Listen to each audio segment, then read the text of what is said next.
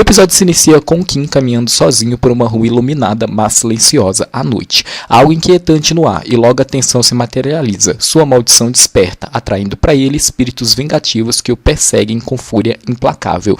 Um deles consegue envolver seu pescoço num laço sufocante, mas Kim, com esforço desesperado, recorre ao mantra e ao amuleto de proteção que um xamã lhe dera. A corrente espiritual se rompe e ele respira aliviado, por enquanto. A narrativa recua anos, quando Kim ainda era criança. Seus pais o levaram ao xamã Sek, na esperança de bloquear seu sexto sentido.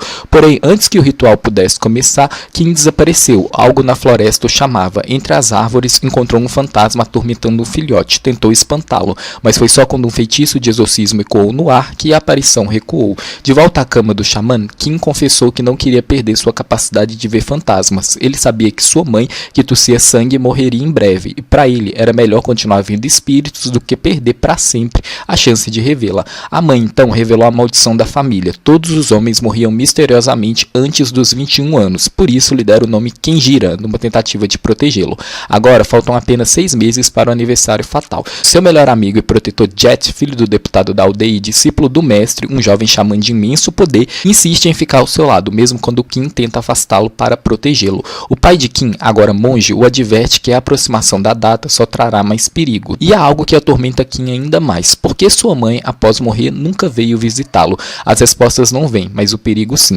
De volta ao dormitório, Kim é quase esmagado por uma caixa de ferramentas arremessada por um fantasma, salvo no último instante por Jet. Mesmo sem poder ver espíritos, porque o mestre bloqueou seus poderes, o instinto de Jet detecta a presença deles. Nem todos, porém, são hostis. A mulher fantasma que rondava o corredor do apartamento de Kim apenas tentava alertá-lo sobre um caso de abuso infantil. Graças a ela, ele resgata uma criança mantida acorrentada pelo próprio pai. Convencido por Jet, Kim passa a noite com ele, para que possa protegê-lo, mas o repouso é perturbado por um pesadelo vivo, sua mãe suplicando por ajuda. Só que não era ela, era um espírito tentando fazê-lo se jogar do parapeito. Jet, com a ajuda espiritual à distância tanto do mestre quanto da mãe do Kim, consegue impedi-lo no último segundo. Determinado, convence os colegas a mudar o acampamento voluntário para a aldeia onde o mestre vive, em busca de proteção para Kim.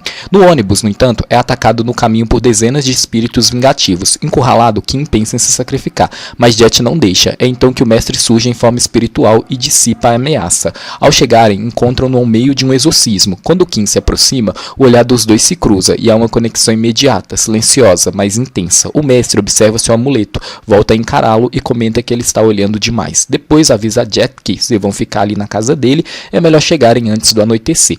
Enquanto isso, Sharn, um estudante curioso, começa a suspeitar que possam estar sendo recrutados por uma seita e demonstra interesse especial por Kim e Jet. Espíritos infantis ligados a Jet pedem ao mestre que desfaça o bloqueio que o impede de ver fantasmas, mas ele recusa. À noite, o mestre diz a Kim que só lhe restam 6 meses de vida e que não interfere no karma de ninguém. Jet, porém, defende Kim com uma lealdade quase feroz. Ele não merece esse destino. Quando o conheci, foi como se já nos conhecêssemos há muito tempo. Diz ele depois que o mestre lhe dá uma surra de vara que o Jet reage de um jeito bem engraçado pelo ter desobedecido o mestre ter trago o Kim pra ele, né? O Jet até chega a comentar com o Kim que o mestre é uma pessoa fria, mas que ele não hesita em ajudar quando alguém precisa. E depois o mestre fala para o Jet que ele não promete que vai conseguir salvar a vida do Kim, mas admite que vai tentar ajudar. A trégua não dura. O fantasma que deseja a vida de Kim envia outro ataque. O mestre e seus aliados erguem uma barreira protetora, reconhecendo a força incomum daquela inimiga. Se ela comanda dezenas de espíritos frenéticos, que inimigo kármico é esse que te persegue, Kim?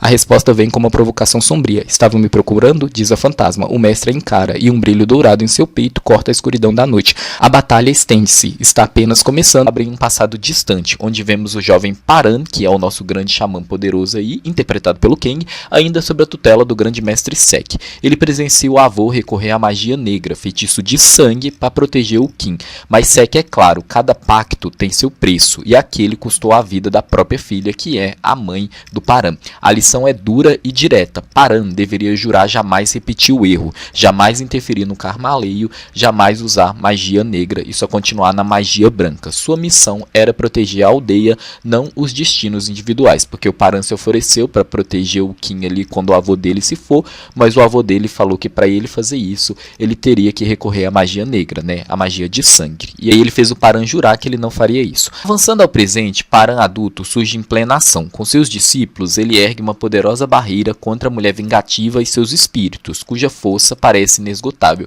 Ele então recorre a um feitiço divino e poderoso, a invocação que consome os espíritos menores, mas não afeta a mulher vingativa.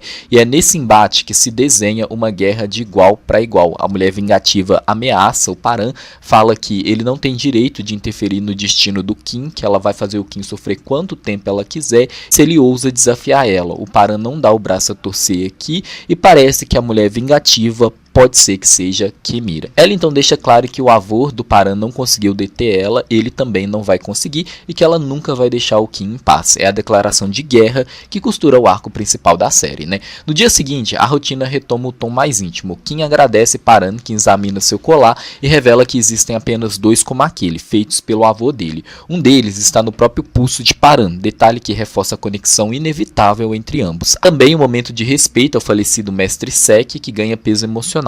Mas a série sabe temperar essa solenidade com respiros. Kim prepara uma refeição para o mestre, que finge desdém, mas logo devora cada prato em segredo, com um sorriso quase infantil de quem não está acostumado a ser cuidado. É uma pequena cena, mas cheia de sensibilidade e cuidado. Paran então explica para o Kim que ele fez uma promessa para o seu avô que ele não ia interferir no karma das pessoas, né, que essa magia ela cobra o seu preço. E aí o Kim comenta que o Paran é o tipo de pessoa que não consegue ver as pessoas se sacrificarem, né, que ajuda todo mundo.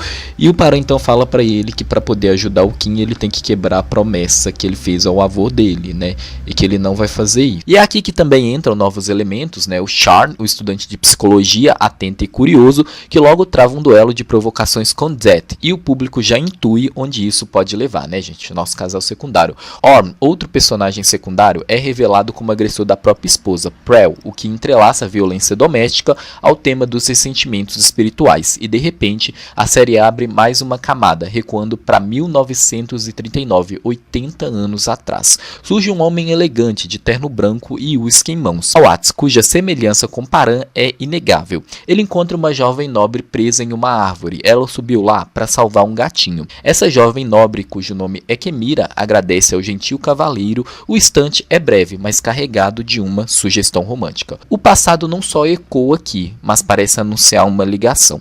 De volta ao presente, os conflitos se intensificam. Prel, possuída, chega a amarrar Yorm, Sharn e o tio, ameaçando queimá-los vivos. Enquanto isso, Kim e Jet enfrentam novos ataques. A mulher vingativa força Paran a uma escolha, quem salvar. O xamã então toma uma decisão ousada, devolve temporariamente a visão espiritual de Jet, permitindo-lhes proteger Kim, enquanto ele próprio exorciza Prel. A vitória é parcial. Antes de desaparecer, o espírito adversário adverte: o mestre não conseguirá deter sua senhora. As consequências pesam. Ao levar o Kim de bicicleta, Paran reflete sobre Orm e Prel. Talvez o amor não seja suficiente para manter duas pessoas juntas. Fala que ele vai dar o seu melhor para que o Paran não o enxergue mais como alguém de fora, né? Que ele precisa da ajuda do Paran. E aí, gente, o Paran acaba freando a bicicleta bruscamente ali, o que faz com que o Kim encoste no ombro dele. E essa cena é delicada, íntima, e o toque do Kim, gente, nos ombros do Paran aqui, cria um momento silencioso de impacto emocional. E na madrugada silenciosa, o homem elegante do passado retorna em forma espiritual. Ele também ajudou a salvar o Kim, inclusive o Kim revela para o Paran e para o Det que ele já viu esse homem algumas vezes. Ele então se aproxima de Kim, quase toca seu rosto, mas a barreira do colar o impede. Ao encarar Paran, o nome é finalmente revelado: Pawat. A linha que se conecta ao passado e o presente se fecha, ou menor dizendo, se abre para algo muito maior. A história abre em 1973, em meio às tensões de um tratado de paz entre a Tailândia e a França. Nesse contexto político, vemos a revelação. Pawat, ancestral de Pin, né, o mestre no nosso presente aí, pediu a mão de Kemika, que é a ancestral do Kim, em casamento. As famílias vibram com a notícia, sonhando com o matrimônio, mas a vida aqui já começa a apontar sua crueldade. Pawat é convocado para a guerra e antes de partir pede ao irmão Payod que cuide de Kemika, que sofre de um frágil problema cardíaco. Um ano se passa, eles trocam cartas sempre que possível, cartas que carregam mais do que palavras, são promessas de sobrevivência. Só que o amor tem sua sombra. Payod, tomado por sentimentos que não consegue controlar, pede Kemika em casamento. A resposta dela é devastadora para ele, não importa se Pawat voltará ou não, seu coração pertence a ele. A aliança cai no chão como símbolo da recusa. No presente, a sombra desse amor rejeitado ainda persiste. O espírito de Pawat confessa ao mestre, o Pin, seu amor por Kim, mas o mestre o enfrenta com frieza. Ele nem sabe quem você é, deixe-o ir. Só que Paiode está tomado pelo rancor. Acusa o mestre de ter sido responsável pela morte de Kimika e ameaça. Vai levar Kim com ele, custe o que custar. O mestre inicia um ritual para aprisioná-lo num jarro, demonstrando quem realmente tem poder aqui. Mas o processo é interrompido. Os gritos de Kim, assustado pelos gêmeos espíritos protetores, distraem-no e Paiode aproveita para fugir. Kim, desesperado, implora por respostas, mas Pin é duro, quase cruel. Ele ordena que Kim apenas viva enquanto pode, aproveite seus dias, porque não há nada a ser feito. Não se meta nos meus assuntos, sentencia, mas quando as lágrimas de Kim escorrem, o mestre, mesmo negando a si próprio, parece vacilar. Há ali um fio de empatia que ele não quer sentir, mas que começa a crescer. Enquanto isso, a mãe de Kim, já no limiar de sua existência, agradece ao mestre por proteger o filho. Ele a alerta de que sua alma está se desgastando com tanto esforço e que isso pode impedi-la de reencarnar, mas ela responde com serenidade: se Kim estiver seguro, tudo bem. Pin, pela primeira vez, suaviza o tom e garante: enquanto o garoto estiver perto dele, estará protegido. Na manhã seguinte, meio ao calor escaldante, Jet e Kim roubam a bicicleta do Pin, e a cena é quase cômica, no contraste com a solenidade que a trama carrega. O mestre caminha num calor de 40 graus acompanhado de seus fiéis cachorros e chega atrasado para a cerimônia, mas a realiza com sucesso, trazendo a chuva para a aldeia. Aqui, gente, o Kim pergunta por que o mestre fica usando o óculos escuro, e o Jet responde que toda vez que o mestre tira os óculos, as pessoas se apaixonam por ele. Não julgo, né? Só que lá no primeiro episódio, gente, na hora que ele foi conhecer o Kim, o que o mestre fez? Tirou o óculos. É, Brasil, a gente tá de olho, hein, Pi? Continuando. Logo depois, chegou uma pulseira protetora para o Kim. O gesto é pequeno, mas os olhares trocados falam mais. Dentro daqueles olhos castanhos do mestre, Kim sente que há cuidado, mesmo que ele nunca admita em palavras. O chefe da aldeia decide levar os estudantes para nadar no lago, e é aqui que a trama encontra leveza juvenil. 3 rapazes zombam da crença popular nos espíritos, debochando do mestre. Jet se irrita, parte para cima, mas Sharn intervém e acaba levando o soco no lugar dele. Mais tarde, no lago, Jet agradece, Sharn provoca, Jet retruca e no fim, Sharn é empurrado para a água. O que parecia brincadeira se transforma em revelação ao emergir, a camisa colada ao corpo, os músculos à mostra, os óculos perdidos. Sharn é um espetáculo à parte, o olhar brilhante sem barreira das lentes revela outro homem. Todos param para observá-lo, inclusive Jet, que fica impressionado com a sensualidade quase inesperada de Sharn. À noite, os mesmos 3 rapazes, os babacas, acompanhados de Prel, decidem beber em uma área proibida da floresta. Como não poderia deixar de ser, atraem o sobrenatural. São atacados por um espírito feminino estranho, que por sua vez acabou de ser atacado pelo espírito da mulher vingativa. O resultado é devastador, a força vital de Prel é drenada, quase anulada, e os 3 rapazes desaparecem misteriosamente. O mestre e a vovó Siki, a pessoa que cuidou dele, se mobilizam para salvá-la. O ritual é intenso, mas bem sucedido. Contudo, o mestre sente que o espírito da floresta, a temida cobra negra, está furiosa. Os 3 rapazes podem já ter sido levados. Ele distribui funções a todos, exceto a Kim, que se sente inútil, marginalizado. É Sharn quem o conforta, dizendo que está ali, vivo e ao lado deles, já é a sua forma de ajudar. O mestre, gente, está protegendo o Kim, obviamente, né? O mestre então projeta seu espírito até a caverna da cobra negra. O encontro é carregado de tensão. Ele se curva humildemente, pedindo ajuda e até perdão caso os méritos não tenham sido suficiente. A cobra negra, porém, se transforma numa forma humana, um espírito que, com apenas um olhar, demonstra que deseja algo em troca. O mestre parece compreender, mesmo sem palavras. Enquanto isso, Kim tem pesadelos violentos, mas no meio da noite surge Paiode. Seu espírito o toca no rosto, assumindo a forma humana, digamos assim, trazendo uma calma perigosa. O olhar de Paiode não é mais só de rancor, é de decisão, e essa decisão pode ser fatal para Kim. Começa com o Paiode ou Chaode, chama do jeito que vocês preferirem, acalmando o Ken durante um pesadelo. Só que essa proteção é distorcida, né? Não é um cuidado puro, mas sim impregnado pelo amor obsessivo e doentio que o Paiode tem. Que então se vê transportada a uma propriedade antiga, que eu não posso ir muito a fundo, porque senão é spoilers, mas eu já fiz um vídeo aqui no canal explicando toda a novel de Kenjira, contando toda a história para vocês. Vou deixar o link do vídeo aqui embaixo para quem quiser conferir lá depois. Dessa propriedade antiga, ele é transportado para a casa de Kimika em 1939, especificamente no momento que a Kimika está se despedindo do Pawatz, porque ele vai para a guerra. É nesse momento que o Paod, o irmão mais novo do Pawat, enxuga suas lágrimas e a partir daí a obsessão se torna ação, porque ele consegue levar o Ken embora. A mãe do Ken até tenta acordar o Sharn, que o Sharn acorda, mas ele não consegue impedir com que o Paod leve o Ken para a Casa Sombria. Em paralelo, a gente vê o Pin conversando com o Senhor da Floresta, tentando libertar aqueles 3 tolos. O Senhor da Floresta fala que vai libertar os 3 imprudentes em troca deles se tornarem monge ali, senão ele vai fazer a alma deles ficarem vagando por aquela floresta para sempre.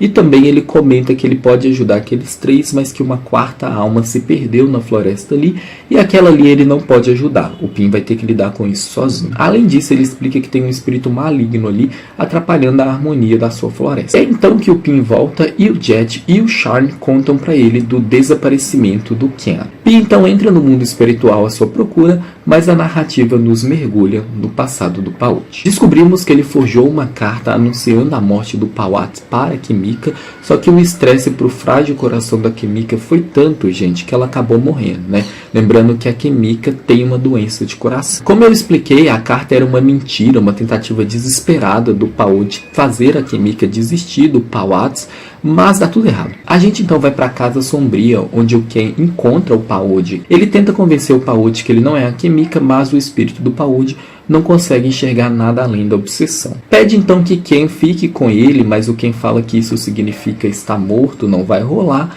E aí ele fala que o Ken está rejeitando ele de novo. O Ken começa a fugir dele aqui e é quando a mãe do Ken surge para proteger o filho. Os dois então são caçados pelo Paod. O Paod leva melhor aqui, tranca o espírito da mãe do Ken, só que nesse momento o Pin aparece, né? E o mestre começa a entoar um feitiço aqui para prender o espírito do Paod em um jarro espiritual. E tem sucesso, mas ainda assim ele não consegue trazer o Ken de volta. O mestre então instrui o Sharn, que tem os instintos aguçados ali, né, um sentido especial, para tentar achar o Ken. Ele amplia os poderes do Sharn aqui. O Sharn consegue achar o Ken, só que o Ken está preso no mundo espiritual. O Pin consegue desfazer o véu aqui, encontrar o Ken em um tronco de uma árvore antiga e depois ele carrega ele para cá. E é aqui que a consciência do passado se impõe. Ken percebe que ele é a reencarnação de Kimika e que o Pin é a reencarnação do Pawat. Ele então pede desculpas em nome da Kimika, mas o mestre o corta imediatamente,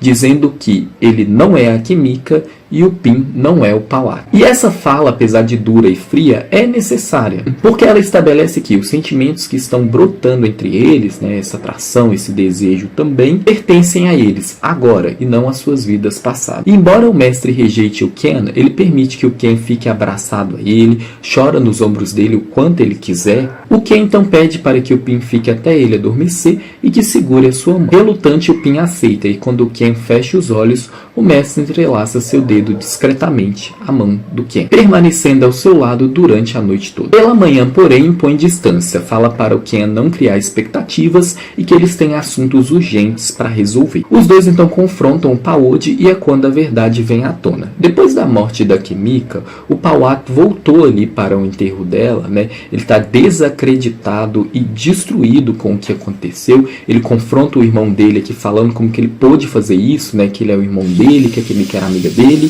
Ele então rejeita o irmão, falando que eles não são mais família, e fica chorando ali pela morte da mãe. Consumido pela culpa, o Paod encerra a própria respiração aqui. No mundo espiritual, ele encontra a alma de Kimika sendo ameaçada por uma entidade maligna, a Rampung. Ela fala pro Paod ser o servo espiritual dela, se ele não sabe que encerrar a própria respiração é pecado. O Paod então decide unir a sua alma à da Kimika para poder proteger ela da Rampung em todas as suas próximas vidas. E antes da Rampung atacar a alma de Kimika, gente, ela chama ela de Kong-wan, mas eu não posso falar nada sobre isso, porque é um spoiler gigantesco da história. Mas sim, Kong-wan existiu. Foi uma das vidas passadas da Kimika, né? Tá óbvio. Paod então revela para o mestre e para o Ken o nome desse espírito maligno, né? Que é Rampung.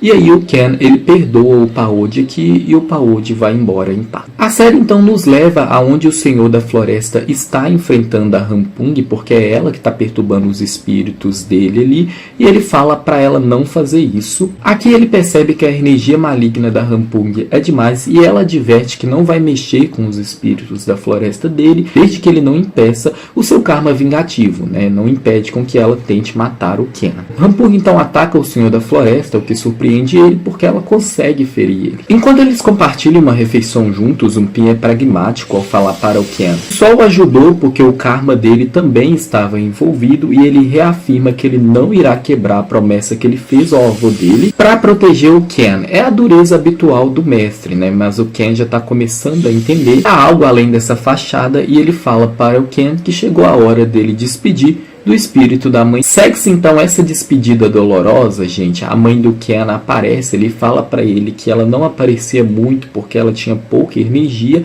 e que ela queria ver o Ken crescido. Ela também revela que foi o Pin que salvou o Ken quando criança de um espírito maligno. Reafirma que o Jet, o Charne e o Pin amam o Ken profundamente e que o Pin é o seu guardião, né? Que o destino enviou ele para o Ken. Ao dizer isso, ela fala que ela se sente tranquila, que ela pode seguir em paz. A despedida culmina com o Ken adormecendo aqui no colo da mãe dele, enquanto ela canta uma das suas canções de ninar. Ela então parte para a próxima vida e o Pin, lá dos aposentos dele, também se despede dela. Foi uma cena bem bonita.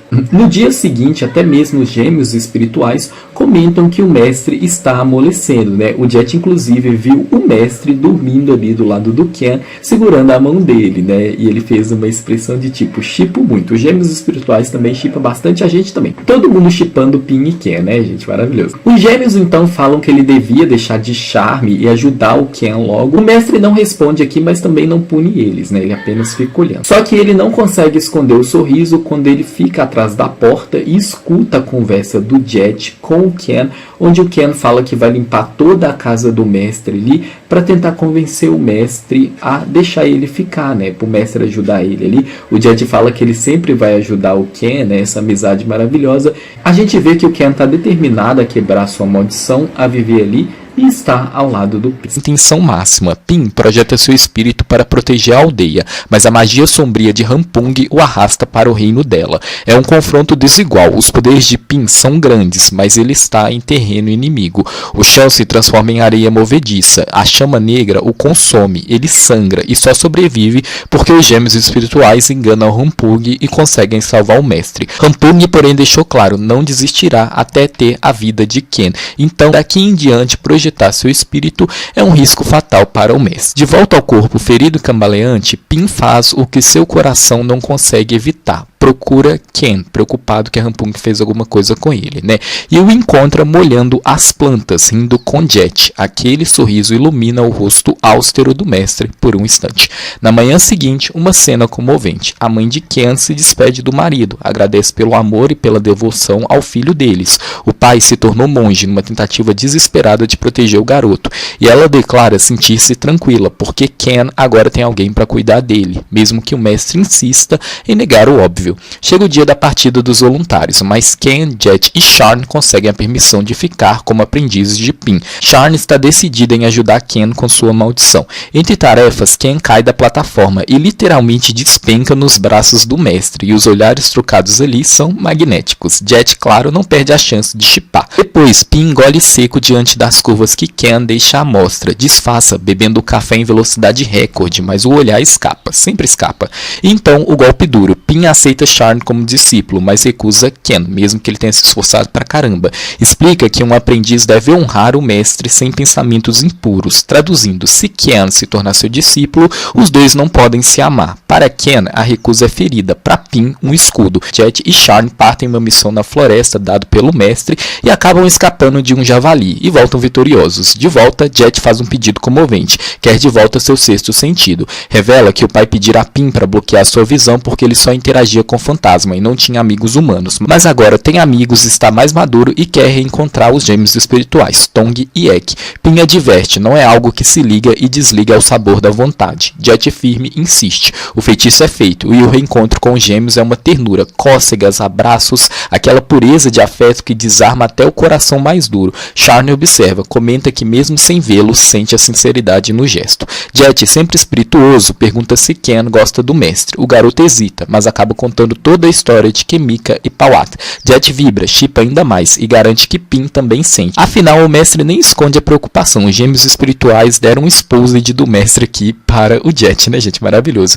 Charn, mais racional, pondera. Jet acusa, inimigo do romance. E aí vem a cena que cristaliza tudo. À noite, Pin lança um feitiço para que todos durmam profundamente e sozinho trata os dedos feridos de Ken. O olhar dele é arrebatador, quase uma confissão. E ele acaba permitindo com que o Ken saiba disso, né? Então o Ken consegue ver ele ali pela fresta da porta quando ele acorda imediatamente, graças ao feitiço do Pin.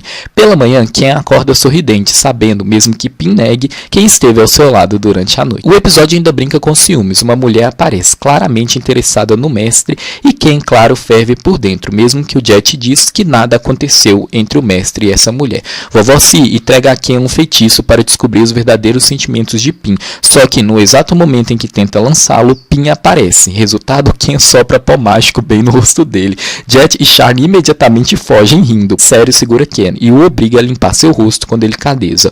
O olhar é sombrio, o clima carregado e a tensão tá lá em cima. E então vem uma pergunta seca: que feitiço você tentou lançar? Ken fica extremamente tímido, gente, não sabe onde enfiar o rosto, né? O episódio abre em 2010, já começamos com o peso das escolhas antigas. O avô de Pin mexeu com magia negra e quem pagou a conta foi a mãe dele, que adoeceu. O filho do mestre, Shai, pai de Pin, joga a culpa no próprio pai. Nesse clima de novela familiar com tempero sobrenatural, Pin escolhe o mesmo caminho do avô, o do xamã. A mãe doente alerta: você não vai poder amar alguém. E ele, com aquela mistura de resignação e teimosia trágica, responde: tudo bem, foi o caminho que escolhi. Ela morre e logo depois Pin ouve o pai e o avô discutindo. O avô apoia a escolha, o pai é contra, quer que o filho se case com Pin para pagar as dívidas da família. Shai acusa o mestre de ser culpado por tudo, inclusive pela ruína financeira. O velho só consegue pedir desculpas, diz que tentou ajudar alguém que já os tinha ajudado muito, mas não conseguiu quebrar a maldição. Shai devolve com veneno, diz que o pai só apoia Pin para expiar seus pecados antigos. Pin presencia a cena, exige saber a verdade. O avô engole em seco e o garoto explode: ninguém se importa comigo. Sai triste, furioso, enquanto Shai tenta segurá-lo e falha. Mais tarde, Pin reafirma: não precisa de mentiras, sabe que o pai não vai voltar porque não liga para ele. O avô contrariado diz que isso não é verdade, mas que não vai interferir. Se Pin quiser ser xamã, que seja. Pede desculpas por tudo e pronto, a tragédia familiar se cristaliza. De volta ao presente, Pin descobre o feitiço que Ken tentou jogar nele e reage com brutalidade. Diz para ele desistir, parar de perder tempo, que entre eles é impossível. A voz é firme, mas os olhos denunciam. Pin sabe que está machucando Ken, negando o que o coração pede, mas simplesmente não consegue ceder. Ken chora, Pin não conforta, mas também não consegue ser totalmente indiferente. Ken se recompõe, pede desculpas, pede que esqueçam o que aconteceu. Pin só vai embora. Mesmo assim, Kim insiste no afeto, numa loucura masoquista afetiva, né? Prepara o café da manhã favorito do mestre. A resposta do xamã é cruel: se não quiser comer, jogue fora ou dê para o cachorro. E ainda chama Charn e Jet para estudar com ele, como se o gesto de carinho de Ken não tivesse existido. Shakespeare chamaria isso de crueldade poética. Cena: vovó Si convocando Ken a pedido do mestre para ajudá-la com Earn, uma mulher que está sem sua energia vital, presa na cama, delirando com lembranças do seu ex. O espírito de Rampung está lá, silencioso, e Ken notou. Se recupera a força vital de Earn, que se levanta e, num gesto chocante, leva o bebê embora. Earn vai à casa do pai da criança, que já se casou e engravidou outra mulher. Ele diz que não a ama mais, que o casamento foi arranjo familiar. Earn pergunta se ainda existe amor. Ele não responde. Para ela, a resposta seria essencial. Nesse instante, o mestre, chamado por Ken, aparece e a lembra da promessa de ficar longe dele. Mas Earn confessa, está cansada. Teve esse bebê acreditando que era amada, e então faz o impensável. Tenta se jogar na frente de um carro com a criança no colo. O coração da gente quase sai pela boca. Rampung intervém no último segundo e salva o bebê. Pin é categórico. Earn não estava possuída, foi escolha dela, e sentencia que criança nenhuma deve ser usada assim. Se não quiser o filho, que o entregue a um orfanato. Earn, acolhida pela mãe, chora e pede desculpas. Diz que não sabia por que fez aquilo. E a série, sem medo aqui, expõe um abismo humano, né? Durante toda a confusão, Ken tem visões. Uma mulher obrigada a assistir outra prestes a jogar um bebê no rio. Ela implora em lágrimas, mas a visão se rompe ali. Pin firme recusa levar Ken consigo. Vovó Si, observadora, comenta: Rampung pode ser espírito vingativo, mas ainda carrega a memória de ser mãe. E Rampung, silenciosa, apenas olha eles irem embora. De volta com os amigos, Ken desabafa, vai desistir do mestre e seguir em frente. Charn concorda. Jet, o romântico, lembra que eles se amam há séculos, mas Ken não aguenta mais ser ferido. Ken se esforça para ignorar Pin, não faz mais café da manhã, não oferece pequenos gestos, isso confunde o mestre, que começa a se preocupar. A ausência pesa. Nesse meio tempo, Pin chega com o pai e o irmão. Pai, o ancião, pede desculpas. O mestre aceita, junto com os presentes, e concorda em ajudar Prim em um ritual. Pong, o irmão, encontra Ken e, sem perder tempo, começa a flertar com ele. Pong é atacante nato. Nesse momento, Pim aparece, morto de ciúmes, não consegue esconder. É melhor você rezar com frequência, Pong, ou pode se machucar. Pong não abaixa a cabeça, pelo contrário, ele ousa aqui a provocar o mestre, né? O único, inclusive, depois do Jet. A ameaça é veneno embrulhado em falsa serenidade, né? Só Jet percebe o ciúme escancarado de Pim. Ken, mesmo feliz por dentro, insiste em manter distância. Prim, por sua vez, agradece ao pai por aprovar Pim, diz que o ama e o pai responde que tudo bem, ele quer um neto. Prim também nota que Pong saiu sorridente da casa de Pim. Sim, está claro que Pong está interessado em Ken. Charn continua incentivando Ken a seguir em frente, talvez dar uma chance a Pong não seja má ideia. Jet, claro, é do time Pim-Ken. Ken comenta sobre tocar no cabelo de alguém que gosta. Jet, assustado, lembra imediatamente do que fez com Charn na noite anterior. O mestre, incapaz de segurar a fachada, pede a Ken que prepare também seu almoço. À tarde, Ken ouve a conversa entre Pim e os gêmeos espirituais. Eles dizem que só seguiram a família de Prim para confirmar as intenções do pai dela e que Prim parece estar falando sério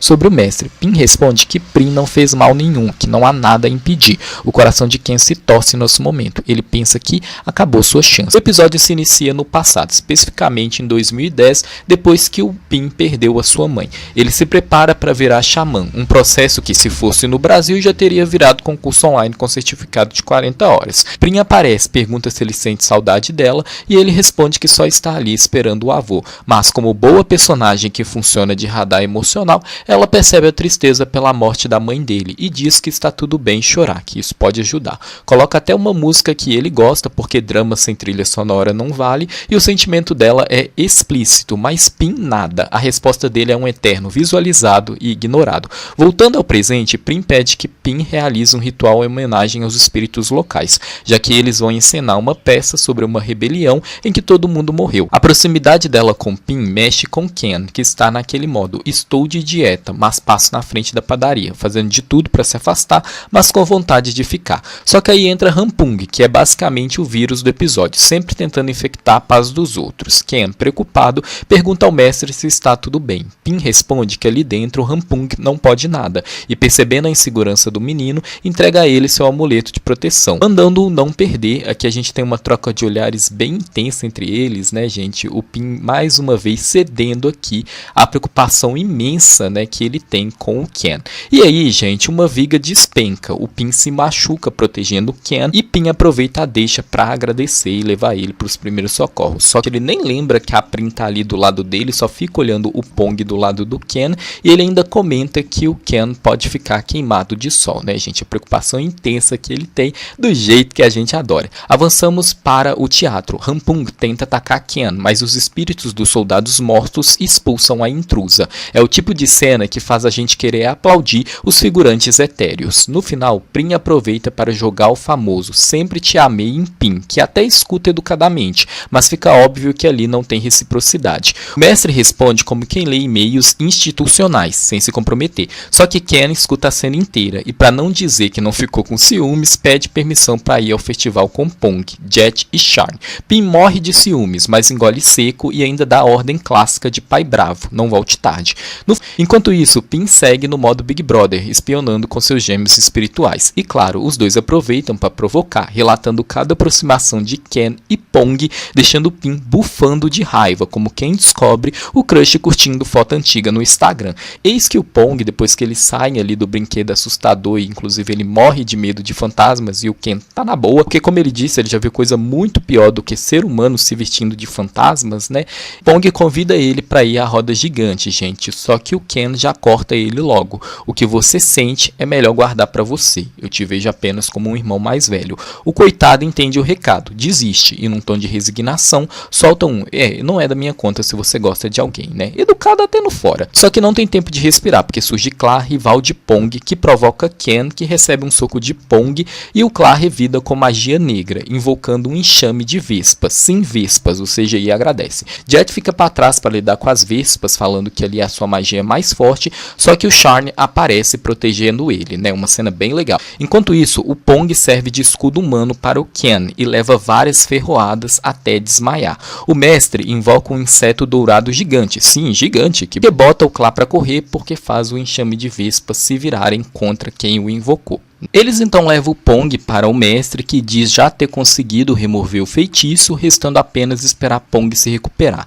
Pin tenta engolir os ciúmes com força ao ver o Ken tocando o braço de Pong desacordado, todo preocupado. Mas na verdade o que mais pesa no Ken aqui, gente, é a culpa. Quanto ao Pin, gente, a gente se diverte muito, né? Porque aqui temos o quê? O drama do homem apaixonado e ciumento. Maravilhoso. O Ken então revela para o Pin que trouxe comida para ele e ele pede que coloque em um prato. Quando se encontram, o Pin pede para o Ken estender a mão e o inseto gigante dourado pousa sobre ela. Ken sorri, então Pin percebe que Ken está ferido e manda ele se virar para tratar do machucado. Ken fala que está tudo bem, que pode fazer sozinho, mas Pin responde mais sério: vire-se. Aqui é a mistura perfeita de autoridade e desejo reprimido, gente, maravilhoso. Ao terminar, Ken percebe que o clima está tenso e pergunta se Pin está bravo.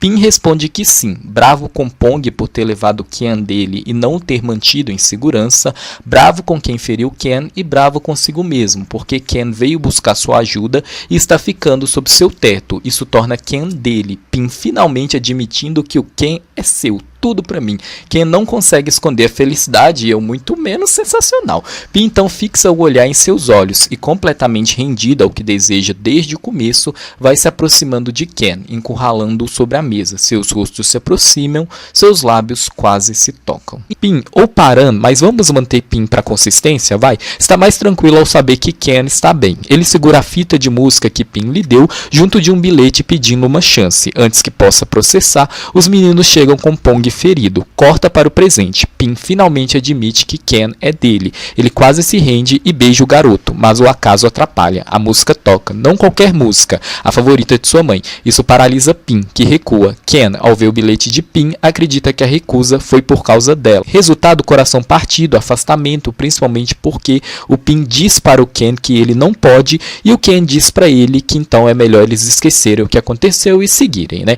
Logo eles vão visitar a vovó Si. A anciã já não está com boa saúde, né? Ela comenta que o tempo dela está chegando ao fim, mas depois ela dá um conselho crucial para o Pin, que ele não é monge, ele é um xamã. Amar não é proibido, desde que seja amor verdadeiro. Esse detalhe muda tudo. Ela deixa claro para o Pin que se ele perder o Ken, ele vai se arrepender.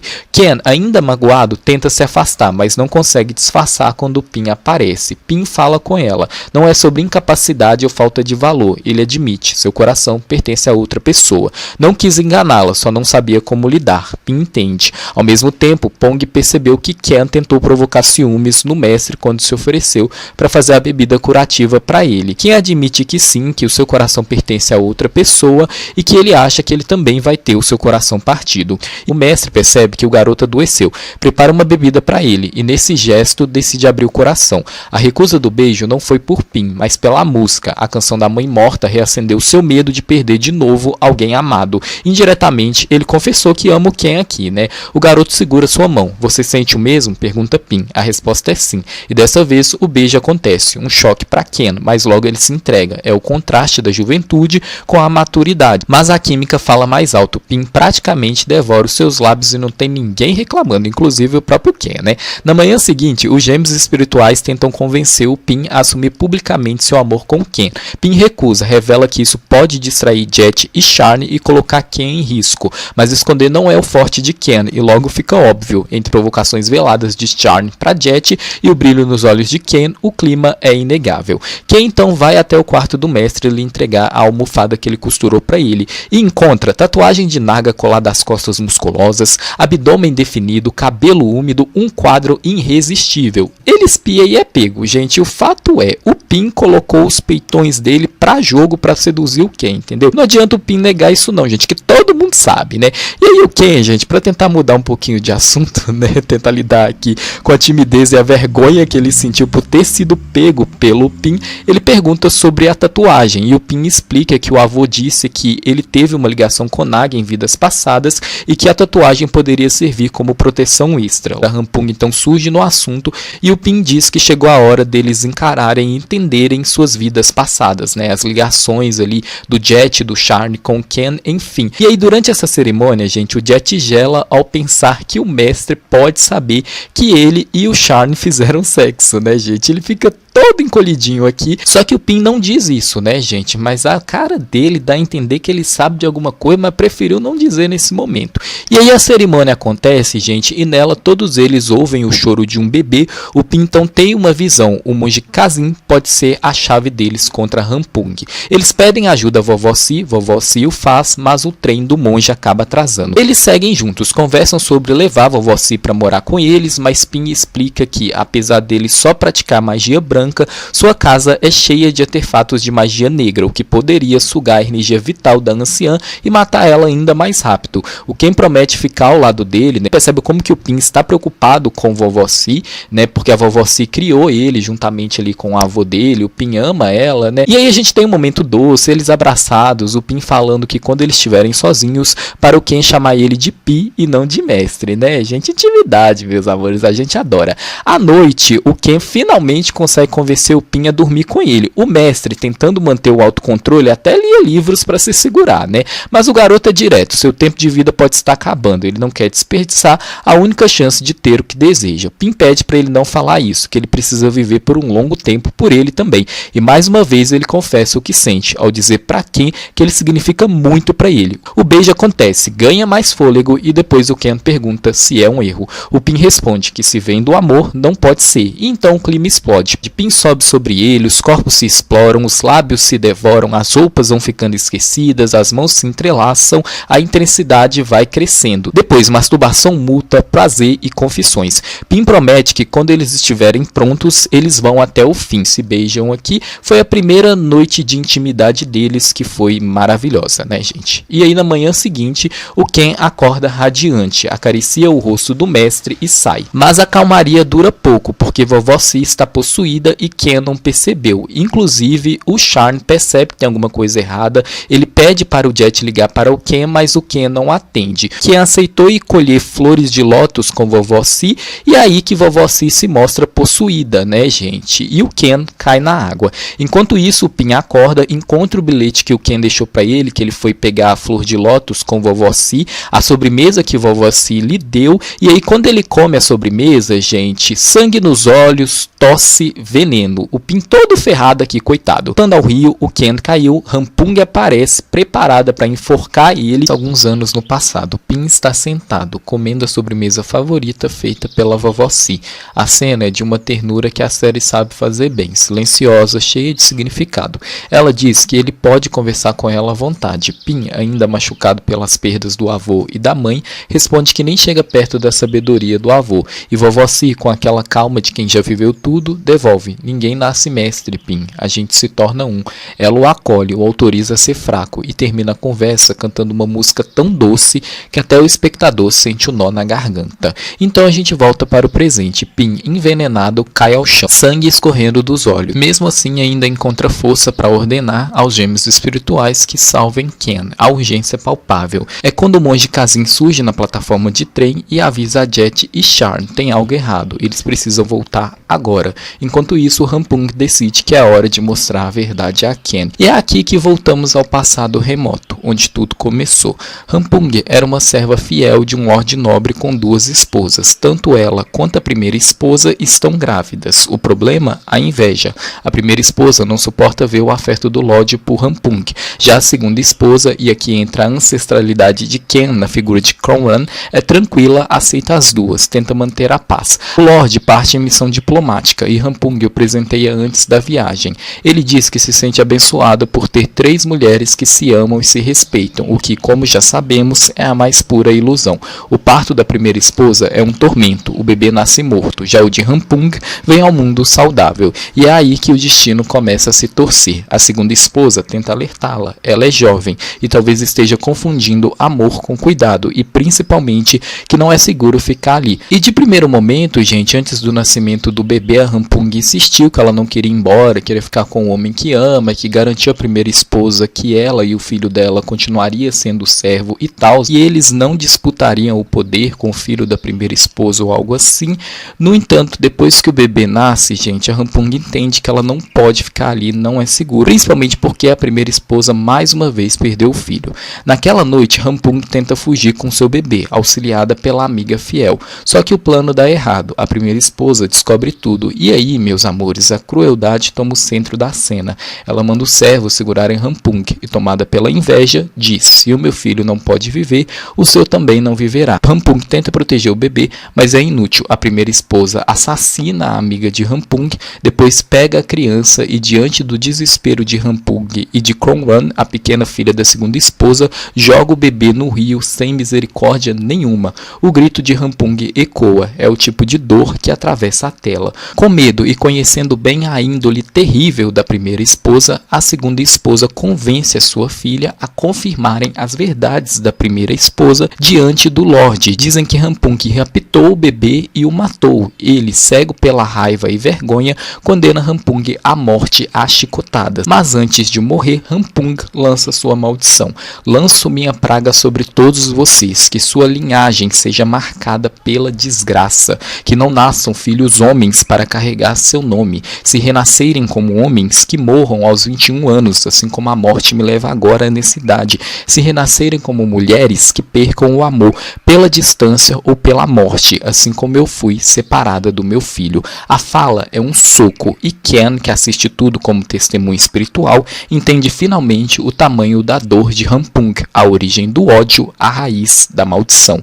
Ele vê também o destino de todos que a traíram, o Lorde e a esposa queimando eternamente no inferno, o ciclo do rancor se repetindo ao longo dos anos. Rampung tenta levar Ken consigo, mas os gêmeos espirituais intervêm. Ainda assim, ela consegue mandar um deles para o outro plano, sem volta. De volta ao presente, Ken é acolhido por Sharn, Jet e Pin. Ele diz que vovó Si ainda está lá. Pin, num gesto que é puro desespero e coragem, mergulha de barriga no rio para salvá-la. Mas o que encontra é outra cena devastadora: Rampung eliminando um dos gêmeos espirituais. A Rampung, gente, utilizou os poderes dela aqui para desfazer o feitiço que o Pin tinha feito, que mantinha os gêmeos espirituais ali, né? Pedia por escolha dos próprios gêmeos espirituais partirem para a próxima vida, né? Eles queriam ficar ali com o Pin. Pin reúne suas forças, conjura uma magia poderosa e aprisiona Rampung em outro plano. Por ora, Ken tenta reviver vovó Si, mas ela já se foi. Pin o impede, dizendo que basta, não há mais o que fazer. O funeral é triste, mas bonito, e a vila toda reconhece que a culpa não é de Ken. O monge Kazin explica que vovó Si morreu de infarto um dia antes, por isso Rampung conseguiu possuir seu corpo com facilidade.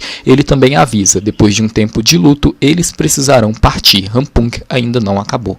Ken pergunta se Pin poderia trazer Tong de volta, mas o xamã responde que não há como. Então Ek, devastado, implora para ser mandado ao irmão, dizendo que não consegue viver sem ele. Pin, tocado, concede o pedido. A despedida é suave, dolorosa e quase luminosa. Os gêmeos espirituais partem para sua próxima vida. Enquanto isso, Pin encontra Ken se preparando para ir embora. O xamã ainda está fraco, o veneno de Rampung o consome aos poucos. Ele segura Ken e implora para que Ken fique com ele. Ele diz que não tem mais ninguém. Ken tenta se culpar, mas Pin o interrompe: não é culpa sua. Ele pede para Ken ficar. Ken cede, o abraço acontece, mas Pin desmaia nos braços dele. Mais tarde, Ken cuida dele, admite se preocupar muito com o mestre, e o mestre, entre dor e a ternura, diz: então fica comigo. Ken segura sua mão. Só que na manhã seguinte, Pin acorda sozinho. Sobre a mesa, uma carta. Ken agradece por tudo, diz que Pin o fez sentir um tipo de amor que nunca imaginou viver, que mesmo se morrer agora, não se arrepende de nada, que vai seguir seu próprio caminho e não quer que ninguém mais se machuque por causa dele. Deseja a Pin toda a felicidade do mundo, e o xamã chora muito. E ver o poderoso xamã aqui agora só um homem de coração partido, gente, é ver quem gira no seu auge emocional. Uma série que mistura o espiritual e o humano, o épico e o íntimo, com uma sensibilidade rara. Ken parte sozinho, decidindo enfrentar Rampung nos próprios termos. Jet e Sharn arrumam as coisas e, sem pensar duas vezes, vão atrás dele, gente. Alguns anos no passado, quando Ken conheceu Jet na faculdade. Jet, movido por um instinto sobrenatural, sente que Ken está em perigo e consegue salvá-lo a tempo. É o tipo de encontro que parece guiado por algo maior que o acaso, como se o universo tivesse dado um empurrãozinho para que essas duas almas se cruzassem. Logo, os dois descobrem que compartilham um dom raro e inquietante.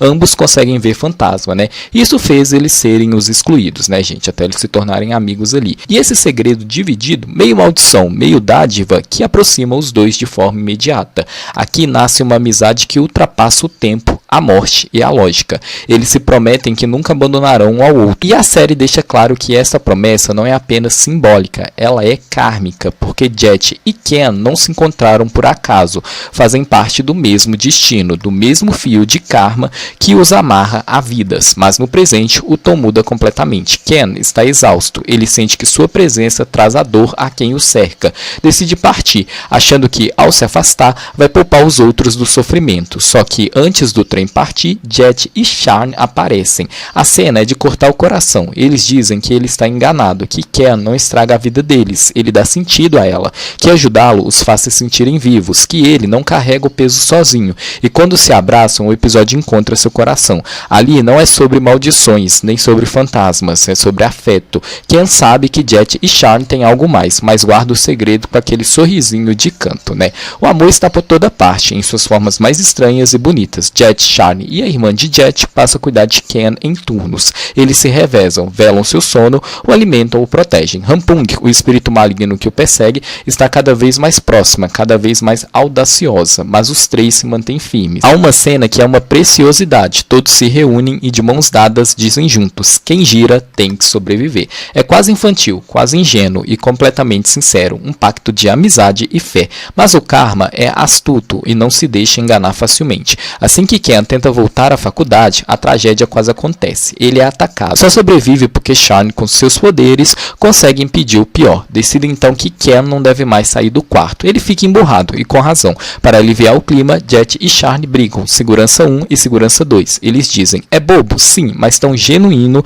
que arranca um sorriso até de Ken. A série entende que o riso também é uma forma de proteção. O grupo começa então uma verdadeira operação espiritual. Oferendas, rituais, contratações de xamã, criação de santuário de proteção.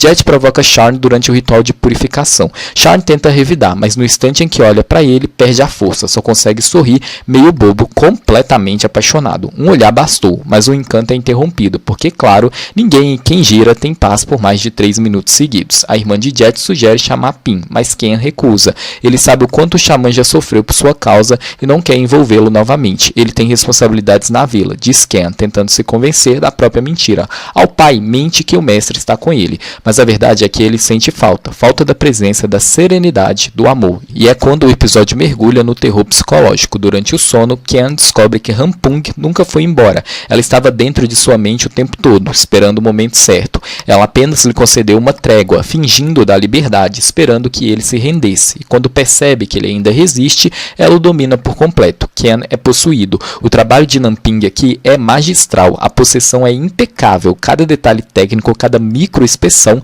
cada mudança no olhar. Ken desaparece. O que vemos é Rampung, gente. Sério, a interpretação é meticulosa, idêntica à atriz que interpreta Rampung. Eles realmente pensam em tudo, em quem gira, né? Mas enfim, Rampung é fria, cruel e poderosa. Jet e Sharn correm, mas chegam tarde demais. Rampung sorri com desdém e diz, eu vou levá-lo comigo. E Ken salta, um salto para a morte, para o esquecimento. Mas quem gira é sábia, nada é o que parece. Tudo isso é uma visão. Pin desperta, gritando o nome de Ken. Ele entende que o Naga da floresta lhe enviou uma premonição, um aviso do que acontecerá em 24 horas. Pin procura respostas e encontra Pushun, um Naga da floresta, que revela, ele está quitando uma dívida antiga, não dessa vida, mas de 1000 anos atrás. A série então mergulha de cabeça em sua mitologia e o faz com uma grandeza visual e espiritual impressionante. Há milênios, Pushun foi julgado por um senhor que eu acredito que seja a mão de Buda, por um crime gravíssimo, ter roubado uma arma sagrada e usado-a para vingar o assassinato do próprio filho, perturbando o equilíbrio de todos os seres e causando incontáveis mortes. Sua punição seria definitiva, sua alma despedaçada, proibida de renascer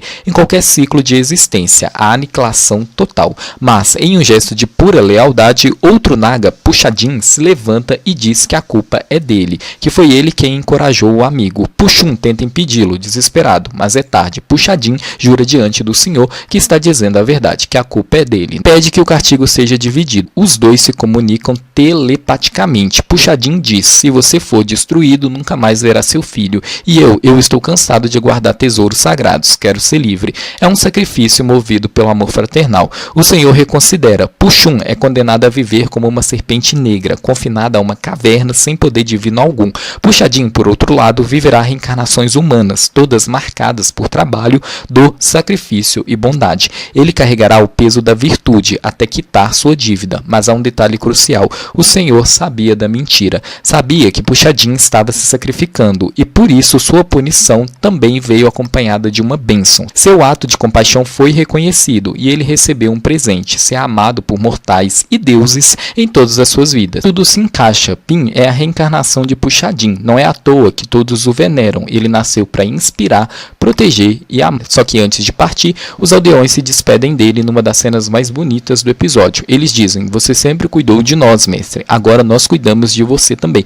Pin tenta não chorar, gente, mas é visível como que o xamã ficou emocionado aqui, né? Jet preparou acomodações luxuosas para Pin em Bangkok, mas o mestre dispensa. Ele vai direto para o prédio onde Ken mora. Rapidamente vai até o quarto de Ken, mas a porta não se abre. O mestre, culto e sereno como sempre, poderia, no momento de puro desespero, simplesmente arrombá-la. Mas não, Pin é um homem de sabedoria, não de violência. Ele respira fundo, toa um feitiço em voz baixa e a porta se abre com uma leveza quase simbólica, como se o próprio destino tivesse permitido sua entrada. Por que desesperado? Sim, mas vândalo? Jamais. Dentro do quarto, o cenário é de puro horror. Ken está imerso em um pesadelo terrível, perseguido por Rampung, a presença sombria que o atormenta desde o início. Pin começa a usar seus poderes, mas Rampung está forte demais. Alimentada pelo medo de Ken, ela fala com uma calma que arrepia. Eu te dei a chance de se despedir dos seus amigos, e você desperdiçou. Agora venha comigo. Se vier por vontade própria, não sofrerá. Sua dor e a deles termina aqui.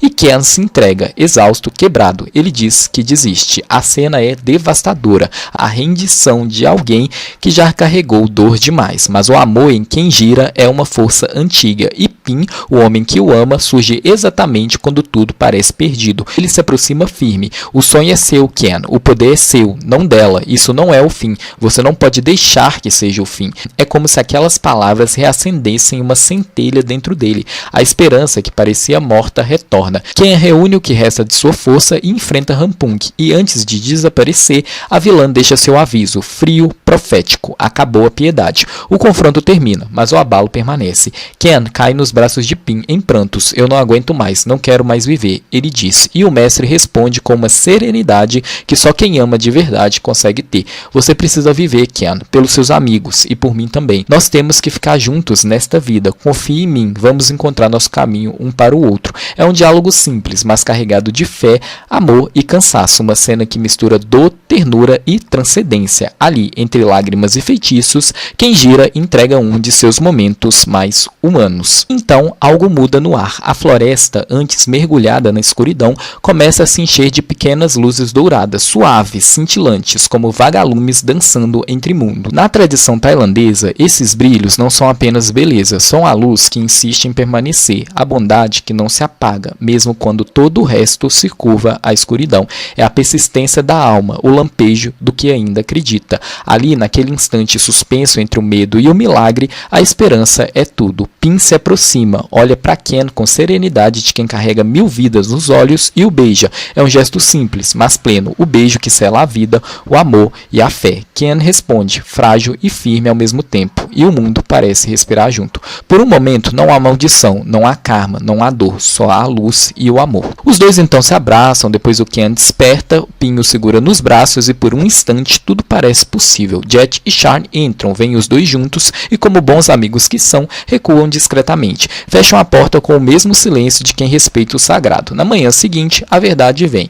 Ken admite, Rampung nunca saiu de sua mente e o xamã contratado não fez um santuário, e sim uma chave para o mundo espiritual de Rampung. Pin a destrói e agora só resta uma saída, recorrer a Kashen, e é assim que o bonitão chega, de conversível, cheio de atitude, parando o ar e provocando ciúmes instantâneos em Charn, porque se é para lutar contra o mal, que seja com estilo. A magia branca não basta mais, é hora de jogar no terreno da inimiga, com magia negra. Voltamos a 2016, quando Kashen decide narrar, do jeitinho dele, como ele e Pin ficaram próximos. E claro, o bad boy bonitão não resiste à tentação de dramatizar. A história ganha tons noveleiros, uma performance digna de telenovela das 9, e a gente se diverte. No presente, Ken ouve a versão e comenta com aquele ar meio descrente. Ele pergunta se Pin era mesmo um brigão, e o mestre todo zen responde que sim, mas que a sabedoria vem com a idade, como quem diz, já fui barra pesada, hoje medito com incenso. E claro, não perde a chance de alfinetar Cassien, que responde apenas com um sorriso maroto, porque provocar é a segunda natureza dele. E ele não para por aí. Ao perceber que Charn tem um certo interesse por Jet, Cassien decide se divertir às custas disso, e também para dar um empurrãozinho neles, né? Com aquele sorrisinho venenoso, solta pérolas como outra coisa cresceu nele também. E será que Jet não quer lembrar dos velhos tempos? O nível de provocação está altíssimo, e a gente, como plateia, só assiste pensando, Cassien, por favor, tenha limites, ou não. Enquanto isso, Pin elabora o grande plano para salvar Ken de Rampung. Para começar, Charn precisa aprender a dirigir rápido, o que, convenhamos, já é um problema por si só. Enquanto isso, Jane é descoberta, Rampung percebe a farsa, a desmaia e corre atrás do verdadeiro Ken. Mas o plano de Pin está funcionando, ele lança um feitiço que impede Rampung de localizar Ken pela alma. O carro Cassien dirige e Ken está literalmente no colo do mestre, e Pin está absolutamente tranquilo quanto a isso. Cassien, é claro, não perde a chance de provocar o casal, e a cena tem aquele toque de comédia que só quem gira sabe dosar. Ken demonstra preocupação com Jet, mas o mestre o tranquiliza com sabedoria e afeto. Jet é bobo, sim, mas é forte e vai sobreviver. Quando chegam ao local designado, o monge Kazin os espera e Cassien assume seu posto. Rampung surge logo em seguida, mas não consegue atravessar a barreira espiritual erguida por Pin. Inicia-se então a grande batalha, a vingança de Rampung contra o poder do Naga divino. E honestamente, que cena, a tensão é quase palpável. Pin tenta conter a força dela, deixa claro que ela não pode romper um voto espiritual sem pagar o preço, mas Rampung não é o tipo de vilã que se intimida. Quando o relógio marca meia-noite, achamos que tudo terminou. Pin sorri, Rampung perde força, mas claro, a série não seria quem gira se parasse por aí. Rampung revela, com frieza, eu nunca disse que ele morreria à meia-noite, a maldição considera o horário de nascimento, às 6 da manhã. Rampung convoca os espíritos de soldados que morreram em antigo campo de batalha próximo dali. O céu escurece, a terra treme e uma onda de espectros avançam contra Pin. Kim observa, desesperado, mas não pode atravessar a barreira, o mestre proibiu. O episódio termina com essa imagem poderosa, Pin cercado, mais firme, Rampung furiosa e o relógio implacável, avançando em direção às 6 da manhã e a morte de quem girar. Será? A sequência abre em ápice. Pin, que já atendemos por Pin, embora o nome Paran também exista no passado, está sendo brutalmente atacado pelos espíritos vingativos de Rampung. A fúria é antiga e o ódio meticuloso. Ken, em desespero, implora. Ele oferece a própria vida. Diz a Rampung que abandonará o círculo de proteção, que vai deixar Rampung levar ele se ela parar de ferir Pin. É o gesto de quem não negocia com o destino quando o assunto é amor. Mas a tragédia aqui tem protocolo. Kazin impede o sacrifício, porque nem todo heroísmo é útil, e há ordens espirituais que não se dobram à emoção. É quando Pin reúne o resto da sua energia e invoca o divino. O feitiço celestial é entoado, a arma do submundo brilha e surge esplendoroso um Naga de várias cabeças. Não é só efeito, é iconografia, mito e cinema de mãos dadas. Um sopro de luz ardente varre a clareira e aniquila todos os fantasmas de Rampung. A catarse sim, mas também a preço. Pin cai, tossindo sangue. Monge Kazin, econômico e implacável, explica: um corpo mortal não foi feito para suportar o poder divino. A teologia aqui é física, milagre dói. Então Ken, com aquela lucidez que a dor lapida, diz a Pin que chegou a hora de terminar com tudo. Kazin rompe o círculo de proteção e Rampung, ferida pelo destino e armada de rancor, decreta, vai fazê-lo sentir a dor que ela sentiu. O chicote sombrio rasga as costas de Ken. Cada golpe é mais do que ferida, é memória. E num achado sutil do roteiro, quanto mais ela o fere, mais sofre. A vingança começa a falhar quando reconhece a humanidade no outro. Quando ela começa a matar Ken, Kazin intervém e convoca os que importam. Vovó Si, os gêmeos espirituais, a mãe de Ken e até Paiô aparece como quem responde a um chamado antigo. É uma assembleia dos afetos. Os mortos aparam os vivos e os vivos libertam os mortos. Todos dão força a Pin, que se levanta, estilhaçado, mas erguido, e encara Rampung. Vai aprisioná-la para que nunca mais machuque ninguém. É justiça, não vingança, e a diferença é moral, não estética. Só que quem gira não se contenta com a punição, prefere a verdade. Kazin revela a Rampung no exato instante em que ela tenta matá-lo, que ele é a reencarnação do filho que ela perdeu. O espaço se curva, a série deixa de ser terror e vira rito de reconciliação. Com o filho de volta nos braços, a mulher que foi monstruosa por dor abandona o rancor, pede desculpas a Ken, e o monge sereno promete, depois de expiar seus pecados, ele cuidará dela. É doutrina sim, mas é sobretudo compaixão.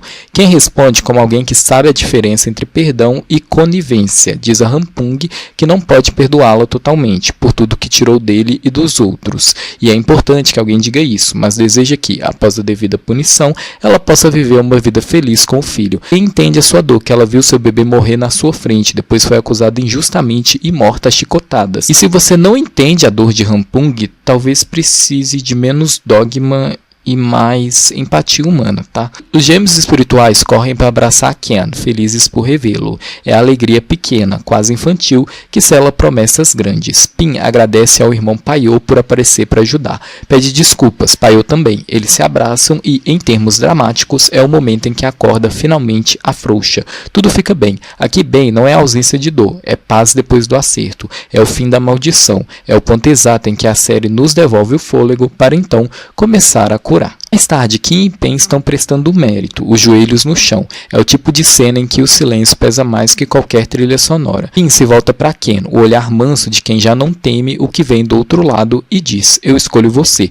O verbo simples ganha proporção de eternidade. E logo em seguida, ele desmaia, o corpo coitado cobrando o preço da fé e da força. Kazin explica depois: o uso excessivo do poder divino o deixou exaurido, e ele ficará assim por um tempo, temporariamente ele vai perder seus poderes. É quem o apara agora, invertendo os papéis. Ele, o protegido, vira o protetor. E depois o Charne questiona o monge. Ele faz as perguntas que, sejamos sinceros, o público também se fez. Sobre destino, karma, porque tudo que tinha que ser tão doloroso. E Kazin, sereno, responde como quem entende mais de cosmos do que de consolo.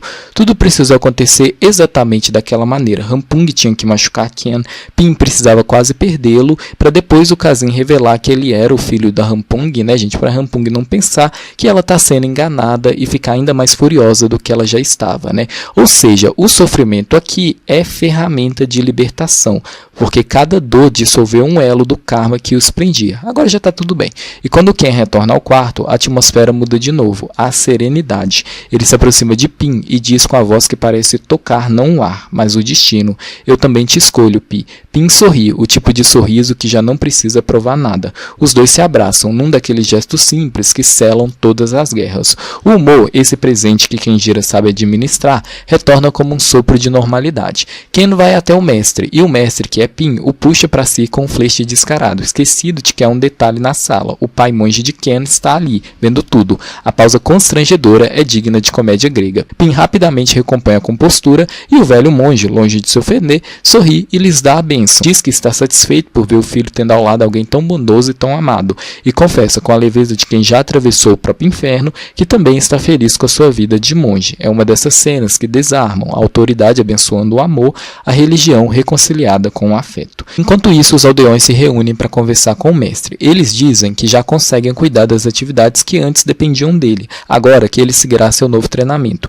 Pin, que sempre foi o eixo forte, segura o choro, o tipo de emoção que aperta a garganta e se disfarça num sorriso. E o episódio, que começou com morte e penitência, começa a se inclinar para a vida. O tom muda e a noite cai, o céu azulando em descanso. E é aqui que a série se prepara para um dos momentos mais belos e mais sensuais da trajetória do mundo Boys Love, e também um dos momentos mais esperados pelos fãs desse casal, a primeira noite de Ken e Pin, onde o divino e o humano finalmente se permitem tocar. Ali está Pin, agora sem camisa, tatuagens à amostra, o corpo todo desenhado de significados, algo diferente no seu olhar, um sorriso malicioso e sereno, o tipo de expressão que mistura promessa e reverência. É nesse clima que Ken aparece à porta. Pin diz: ainda não comecei meu novo treinamento, logo tudo que eu não podia fazer quando eu era xamã, agora eu posso. Ou seja, o que a fé separava, o amor finalmente pôde unir. Ken, nosso menino de coração puro, virgem e tímido, sem saber como se mover diante da vastidão do desejo, fica imóvel por um momento. Pin, embora não tenha grande experiência, é o mais velho e se torna, nesse momento, guia e devoto. Ele se aproxima, o toque é hesitante no começo, depois firme, e os dois se beijam com a urgência de quem esperou muitas vidas para isso, literalmente. As roupas deslizam, o ar muda de densidade, e o que antes era abstinência se torna descoberta. Pele contra pele, lábio contra lábio, gemido contra gemido, tudo envolto no branco do tecido que cobre a cama. A série, poética e respeitosa, filma o amor como aquilo que ele é, um rito entre corpos e almas, uma oferenda sem altar. Quando chega o momento da entrega completa, Pin entra em Ken com reverência, quase como se fizesse uma prece silenciosa, um movimento divino, contido, carregado de ternura e amor. E Ken o recebe com igual devoção. O amor deles não é uma conquista carnal, é redenção, é o elo que faltava para que o karma se fechasse em paz. E quando a noite termina, o Pin pede para o Ken chamar ele de Pipim agora, gente. E o Ken sempre chama o Pin de meu Pipim, né? Coisa mais fofa. Isso aqui, gente, foi mais que um pedido de intimidade. É a volta à própria identidade. Ele reassume o nome que deixara, renasce diante de quem o ama. E o modo como Ken o pronuncia parece um voto, simples, doce, irrevogável. A câmera imaginária da nossa memória recua, deixando os dois ali, cobertos de luz e sombra, envoltos na promessa de uma vida que finalmente é só deles. E na manhã seguinte, a luz que entra pela janela tem outra cor, o mundo parece limpo, o tempo desacelera. Os dois se despedem porque o Pin vai ficar ali para fazer o treinamento dele e o Ken vai voltar para Bangkok para terminar os estudos, né? Só que é aquelas despedidas que são só intervalo, porque o amor deles é antigo, é desses que atravessam encarnações. Nessa vida e em todas as outras, Pin e Ken sempre voltaram um para os braços do outro. E com isso, o episódio nos devolve um silêncio bonito. Não o da ausência, mas o da plenitude. A história deles está completa. O elo foi refeito, mas o amor ainda reverbera. E vai continuar reverberando por todas as suas próximas vidas. Anos depois, a distância entre Ken e Pin é geográfica, mas nunca emocional. E quando o retorno de Ken se aproxima, Pin não aguenta. Pega a bicicleta e vai literalmente pedalando rumo à felicidade. O reencontro é tudo o que deveria ser. Pin tira os óculos escuros, sabendo que Ken ama ver seus olhos. É um gesto mínimo, mas que carrega o peso de quem aprendeu a se doar. Os dois seguem juntos para o Festival do Foguete, uma festa de cores e promessas, onde o sagrado e o mundano voltam a coexistir. Ali, Ken reencontra Pong, que lhe entrega um convite de casamento da irmã. A conversa é leve, até que vem a pergunta que perfura qualquer calmaria. Você ainda está com o mestre? E justo nessa hora, Pin aparece, ciumento, possessivo, irresistivelmente humano, do jeitinho que o Ken e o público aprendeu a amar. O olhar dele diz tudo o que a boca não precisa. Depois de fazerem os méritos num gesto ritualístico de gratidão e renovação, Pin entrega a Ken um pequeno bilhete dobrado, dentro uma data, o dia 21 de janeiro. Ken o encara confuso por um segundo até perceber. É o convite de casamento deles. O pedido vem sem pompa, mas com uma ternura que desmonta. Quero cuidar de você para sempre. Quer se casar comigo? Ken, claro, aceita. E aqui os olhos marejam. A data escolhida, gente, dia 21 de janeiro, não é por acaso. Foi o dia em que Kang e Namping se escolheram como parceiros no reality da Dumond, gente. Um mimo, um fanservice, um presente aos fãs que acompanharam a jornada. A Dumond sabia o que fazia, deu forma ao desejo do público e devolveu amor com amor. O clima é de celebração. Jet e Charne aparecem, abraçam os noivos, desejam felicidade e os quatro, os dois casais centrais, formam um quadro que parece tirado de um sonho. Amizade, cumplicidade, amor sem medo. Ken, sempre emotivo, diz que os ama e é impossível não se ver refletido nele. E então vem a frase final, uma daquelas que ficam vibrando depois que o episódio termina.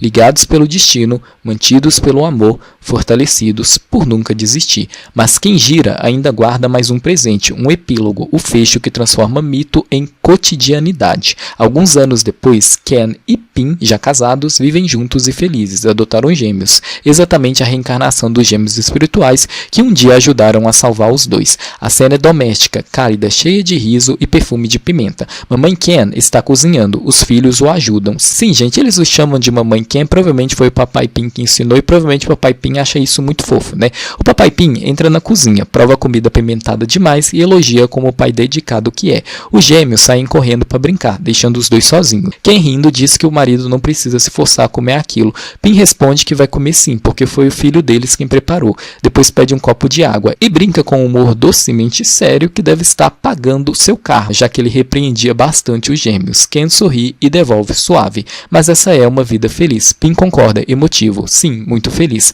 A câmera se demora, nos anéis de casamento brilhando, nas mãos que se tocam, na paz que substitui o medo. Eu já agradeci você hoje? Ken responde: você não precisa me agradecer todos os dias. O Pin retruca: não, eu tenho que te agradecer todos os dias. Eu tenho que agradecer a minha amada esposa todos os dias por estar com ela. Ele apenas sorri, prestes a responder com um beijo. O beijo quase acontece, picante, promissor, cheio de carinho. Mas os gêmeos, como sempre, estão fazendo bagunça.